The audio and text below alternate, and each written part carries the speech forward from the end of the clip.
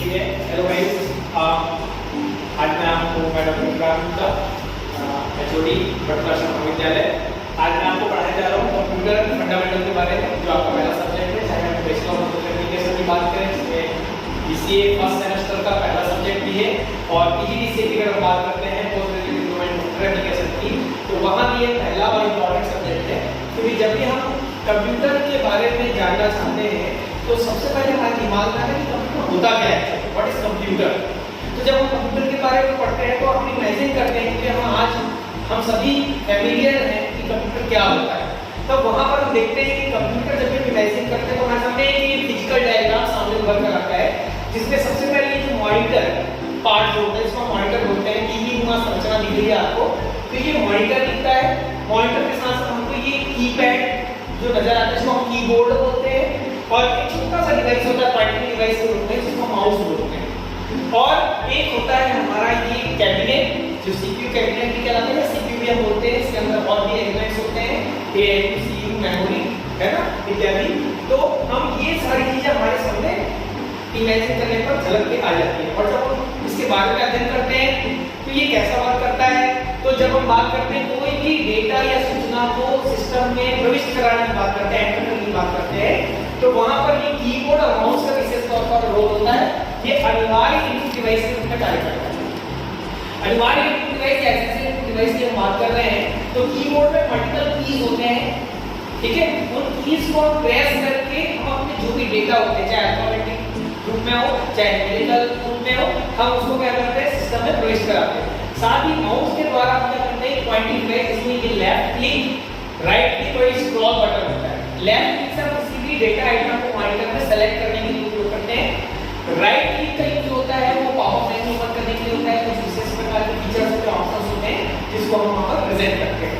और स्क्रॉल का use basically हम क्या करते हैं, पेज को अप एंड डाउन करने के लिए हम इस्तेमाल करते हैं, जिससे हमारा काम बहुत ही आसानी से, खाली कीबोर्ड का अगर इस्तेमाल करके मॉनिटर पर सारा काम करने की सोचेंगे तो वहां पर हमको परेशानी का सामना करना पड़ता है। ठीक है, तो ये हमारा फिजिकल डायग्राम है। फिजिकल डायग्राम की जब हम बात कर रहे हैं कंप्यूटर की, और हम कंप्यूटर के बारे में जब भी अध्ययन करते हैं तो हमारे मन में अभी कंप्यूटर एक सिंगल वर्ड है या उसका कोई फुल फॉर्म भी होता है। तो कई पुरानी पुस्तकों में अगर हम पढ़ें तो उस समय उसको अलग अलग तरीके से वहां पर फुल फॉर्म को बताया जाता है, जबकि वो क्या होता है मैं आपको आगे बताऊंगा। तो जब भी हम उसके फुल फॉर्म की बात करते हैं, जो मोस्ट प्रोबेबली जो हम फुल फॉर्म की बात कर रहे हैं वो है common operating machine purposely used for technological, educational and research. एक ऐसा ऑपरेटिंग मशीन जिसका मुख्य उद्देश्य क्या है, टेक्नोलॉजी से रिलेटेड, रिसर्च से रिलेटेड और हमारा रिसर्च, ठीक है, इससे रिलेटेड जो है हमारा वो वहां पर काम करता है। Technological, educational and research purpose से हम इसका इस्तेमाल कर रहे हैं इस मशीन का, इसलिए इसका पूरा नाम है common operating machine purposely used for technological, educational, research. लेकिन कुछ कॉमन पुस्तकों में हम इसको अलग प्रकार से फॉर्म में बांट सकते हैं, जैसे compute, operate, manipulate, print, update, tablet, edit और रिपीट हम बोल सकते हैं, या रिट्राई भी बोल सकते हैं। ये इसलिए क्योंकि ये इसके फंक्शंस भी होते हैं। कंप्यूटर क्या काम कर रहा है बेसिकली वो उसके फंक्शंस को भी बताता है, ठीक है। अब हम देखते हैं कि जिस कंप्यूटर की हम बात करें वो शब्द आया कहां से। तो कंप्यूटर शब्द जो है बेसिकली जो आया है वो है लैटिन भाषा के कंप्यूट शब्द से। वो कहां से आया है, लैटिन भाषा के कंप्यूट शब्द से आया है, जिसका अर्थ होता है गणना करना। तो बेसिकली जो हमारा यूज जो कंप्यूटर की पॉपुलैरिटी है आज हमारे डे टू डे लाइफ में, हम हमारे घरों में, ऑफिसेज में, हर जगह हम देखते हैं कंप्यूटर का बहुत आया उपयोग किया जा रहा है, क्योंकि हमारा जो कार्य बहुत ही आसानी से उसमें संचालित हो सकता है। तो जब हम बात कर रहे हैं कंप्यूटर की, तो कंप्यूट शब्द का है गणना करना। अब हम बात करेंगे उसकी हिस्ट्री कि बेसिकली कंप्यूटर जो है लैटिन भाषा कंप्यूटर शब्द से बना हुआ है, लेकिन उसका इतिहास क्या है। तो जब हम उसके इतिहास पर नजर डालते हैं तो सबसे पहले हम बात होती है 3000 बीसी में चाइना में, बेबीलोनियन में जो पहला गणना यंत्र बनाया गया था वो है अबेकस। अबेकस आप देख सकते हैं इसका स्ट्रक्चर किस प्रकार से दिख रहा है, इसमें मल्टीपल वायर होते हैं, इसमें बिट्स लगे होते हैं और हम उन बिट्स को ऊपर नीचे करके क्या करते हैं, गणना करते हैं। उसी दरमियान जापान के भी गणयंत्र तैयार होता जिसका अर्थ सर्वमान्य। उसी प्रकार कई देशों में एक साथ एक क्रांति जनरेट हुई और कई देशों में क्या हो रहा था, एक गणयंत्र की जाते उसके बाद हम जब आगे बढ़ते जाते हैं कई गणयंत्र हमारे सामने में आए, लेकिन एक्चुअल जो स्टार्ट हुआ कंप्यूटर का इतिहास के बारे में बात करते हैं तो 16वीं शताब्दी से इसका प्रचलन जो है ज्यादा हो गया। 1601 या 1611 में, क्योंकि यहाँ पर अभी भी तिथि को लेकर मतभेद है विद्वानों में, तो वहां पर हम 1601 की बात करें 1611 ज्यादातर 1611 होता है। मिस्टर जॉन नेपियर के द्वारा एक नेपियर बोन्स नामक एक गणना यंत्र बनाया गया जिसमें 11 रॉड्स थे, बोन्स की 11 रॉड्स, जिससे वो गणना करते थे। उसके बाद 1642 में कई पुस्तकों में 1645 भी लिखा होता है, हमने जो सर्च थे वो 1642 है। 1642 में मिस्टर ब्लेस पास्कल नामक एक जो वैज्ञानिक थे या कंप्यूटर गणितज्ञ थे, उनके द्वारा एक मशीन बनाई गई जिसका नाम उन्होंने दिया पास्कलाइन, जिसका नाम उन्होंने क्या दिया पास्कलाइन, जो फर्स्ट एडिंग मशीन के नाम से भी जाना जाता है। इसमें बहुत सारे व्हील्स होते थे, कुछ व्हील जिसको बोला जाता है कांटे वाला चक्र, और जिससे वो गणना होता। तो पहला एडिंग मशीन जिसमें ब्लेस पास्कल के द्वारा बनाया गया, जिसको नाम दिया गया पास्कलाइन। इसके बाद हम जब बात करते हैं तो 1671 की बात होती है, कहीं में 1670 लिखा होता है, जो प्रचलित है वो 1671 है। 1671 में गॉर्बर्ट विल्हेल्म वॉन लेबनिज नामक जो गणितज्ञ थे, जो इंजीनियर थे, उनके द्वारा एक गणना यंत्र बनाया गया जिसका नाम लेबनिज रूल उन्होंने दिया, या रेकनिंग मशीन जो गणना करने का कार्य करता है। ये पास्कलाइन का ही एक विकसित रूप हम कह सकते हैं, क्योंकि पास्कलाइन में जोड़ा जाता था, लेकिन यहाँ पर जोड़ गुणा भाग की प्रक्रिया भी संचालित की जा सकती है। उसी प्रकार जब हम आगे और बढ़ते हैं, नजर डालते हैं, तो 1801 में एक फ्रेंच बुनकर जो वीवर थे, फ्रेंच वीवर यानी बुनकर जोसेफ जैक्वार्ड, उनके द्वारा, क्योंकि जब वो कोई कपड़ा बुनते थे तो उनको बार-बार एक ही पैटर्न बनाने में बहुत सी दिक्कतें आती थी, इसलिए उन्होंने एक जैक्वार्ड लूम नामक की गणना यंत्र बनाया जिसकी सहायता से उसमें एक जेनी लगी होती जिसको पैक करके उसी पैटर्न को बार-बार प्रिंट कर सकते थे, जिससे उनका काम बहुत ही आसानी से और तीव्रतापूर्वक होने लगा। तो उसका नाम हुआ जोसेफ जैक्वार्ड का जैक्वार्ड लूम। जब हम और आगे बढ़ते हैं 1801 में और भी इटली में भी जैसे कई वैज्ञानिक ने भी डेवलप किया था टाइपराइटर मशीन के रूप में। 1800 जब हम आगे बढ़ते जाते हैं तो 1822 की बात, ये बहुत ही महत्वपूर्ण पल था जब मिस्टर चार्ल्स बेबेज जो एक गणितज्ञ थे, अंग्रेज गणितज्ञ थे, उनके द्वारा क्या बनाया गया, डिफरेंस इंजन नामक एक गणना यंत्र बनाया गया।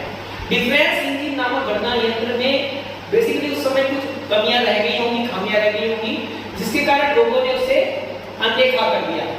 उससे उनको बहुत क्षति पहुंची और दुख हुआ, लेकिन उन्होंने हार नहीं मानी और वो लगातार 10 वर्ष तक और उस पर रिसर्च करते गए, और 10 वर्षों के बाद 1833 में चार्ल्स बेबेज के द्वारा एनालिटिकल इंजन नामक एक गणना यंत्र बनाया गया, जिसमें आधुनिक कंप्यूटर के लगभग समस्त गुण मौजूद थे, जैसे इनपुट देना, प्रोसेस करवाना और बदले में आउटपुट प्राप्त करना।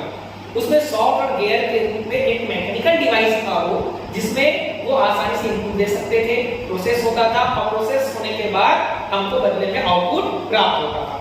प्राप्त होने के बाद इसलिए क्योंकि उसमें आधुनिक कंप्यूटर के लगभग समस्त गुण मौजूद थे, चार्ल्स बेबेज को क्या कहा जाता है, फादर ऑफ कंप्यूटर कहा गया। तो चार्ल्स बेबेज जो अंग्रेज गणितज्ञ थे, उनके द्वारा 1835 में मैकेनिकल इंजन बनाया गया, इस कारण उनको फादर ऑफ कंप्यूटर कहा गया। लेकिन जो विकास क्रम है कंप्यूटर का, जो उसका इतिहास है, वो ही रुका नहीं, उसके बाद बढ़ता गया, लगातार बढ़ता गया, और धीरे-धीरे आगे जब हम बात करते हैं 1890 की, तो मिस्टर हर्मन हॉलरिक नामक जो इंजीनियर थे, उनके द्वारा अमेरिका में होने वाली जो फर्स्ट जनगणना हुई, उसमें 7 वर्ष से 10 वर्ष का समय लगा, जबकि हर्मन हॉलरिक के द्वारा जो बनाया गया सेंसस मशीन था, उनके द्वारा बनाया गया सेंसस मशीन से महज 3 वर्ष में उस प्रक्रिया को पूरी कर ली गई। बाद में हर्मन हॉलरिक ने ही पंच कार्ड बनाने वाली मशीन कंपनी एक खोली, जिसका नाम था टैबलेटिंग मशीन कंपनी, जिसका नाम था tableting machine company. Tableting machine company में वे पंच कार्ड यानी पहला इनपुट डिवाइस के रूप में उन्होंने पंच कार्ड बनाने वाली मशीन की कंपनी को। बाद में और आगे बढ़ते गया और 1911 में उनकी टैबलेटिंग मशीन कंपनी का विलय एक और कंपनी के साथ हो गया जिसका नाम computer recording tableting machine company रखा गया, जिसमें विभिन्न प्रकार के इम्प्रोम्प्ट डिवाइसेस का उपयोग, इसमें हॉप्स लगे होते थे। उस मंच कार्ड में क्या लगा था, हॉप्स लगा होता था जिसको प्रेस करते थे और इनपुट की प्रक्रिया संचालित की जाती थी। उसके बाद उसी कंपनी का नाम 1911 में जिस कंपनी से उनकी कंपनी का विलय हुआ था उस कंपनी का नाम बदलकर 1924 में IBM international business machine company बनाई गई। ये बहुत ही प्रचलित और बहुत ही फेमिलियर कंपनी साबित हुई जो खुद का हार्डवेयर सॉफ्टवेयर डेवलप करती है। तो यहाँ तक हम बात कर रहे हैं 1924 तक की बात कर रहे हैं। तो यहाँ तक हमारा जो है लगातार जो है जीरोथ जनरेशन, अगर हम बात करें तो जीरोथ जनरेशन संचालित हो रहा है जिसको हम जीरोथ जनरेशन कहते हैं, जीरोथ जनरेशन। लेकिन 1946 में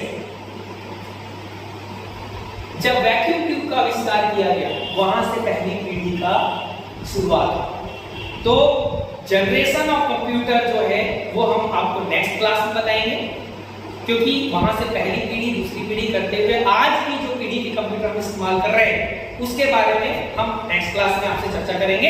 अभी फिलहाल के लिए जो हमारा ये ओवरऑल स्ट्रक्चर है जिसमें हमने आपको कंप्यूटर क्या होता है, तो कंप्यूटर क्या होता है अगर किसी ने पूछा तो आप वहां पर बोल सकते हैं computer is an electronic machine in which we can store, record, manipulate and drive electronic information, जिसका फुल फॉर्म मैंने बता दिया, common operating machine for purposely used for technological education and research. ठीक है, और उसके बाद आपने ये इतिहास देख लिया उसका ओवरऑल, ठीक। तो ये हिस्ट्री थी।